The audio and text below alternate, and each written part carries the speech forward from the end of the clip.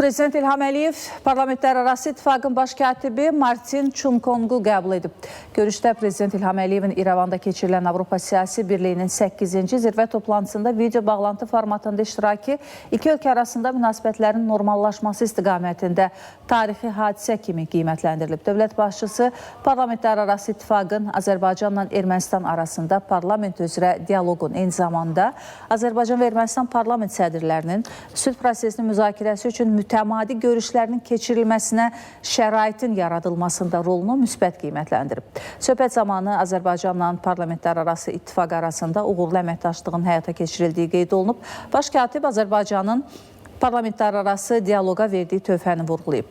Görüşdə işğaldan azad olunan ərazilərdə aparılan geniş miqyaslı bərpa və quruculuq işləri Azərbaycanın mina problemindən əziyyət çəkməsi, minaların mülki insanlara və quruculuq prosesinə törətdiyi maneələr diqqət mərkəzində olub.